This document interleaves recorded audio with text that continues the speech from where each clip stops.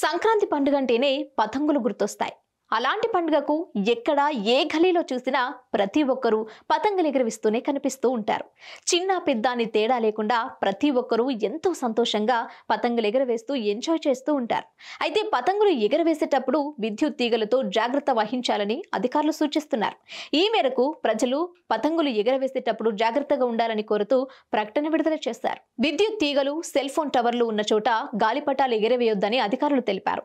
విద్యుత్ తీగలు, స్తంభాలు, చెట్లపై పతంగులు పడితే తీసుకునే ప్రయత్నం చేయొద్దని, గాలిపటాల కోసం రోడ్ల వెంట పరుగులు పెట్టి ప్రమాదాలు కొని తెచ్చుకోవద్దని సూచించారు.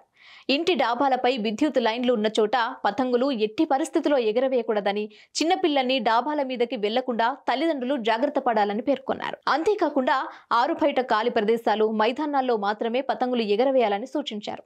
అనుకోకుండా ఏవైనా ప్రమాదాలు జరిగితే వెంటనే సంబంధిత అధికారులకు తెలియచేయాలని, వినియోగదారులు ఎప్పటికప్పుడు విద్యుత్ పట్ల అప్రమత్తంగా ఉంటూ పండుగను ఆనందంగా జరుపుకోవాలని అధికారులు కోరారు.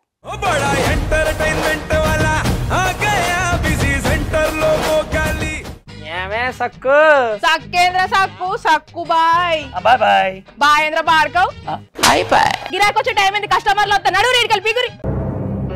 కస్టమర్లు వస్తున్నారు కదా, మాత్రం పొగరు ఉంటది. మరి తగ్గించేద్దాం పొగర్ని. డబ్బులు కట్టేస్తామేంటి కొంప తీసి? లేదు, కస్టమర్లు ఆపేద్దాం. పదా మరి మన బిజినెస్ స్టార్ట్ చేద్దాం.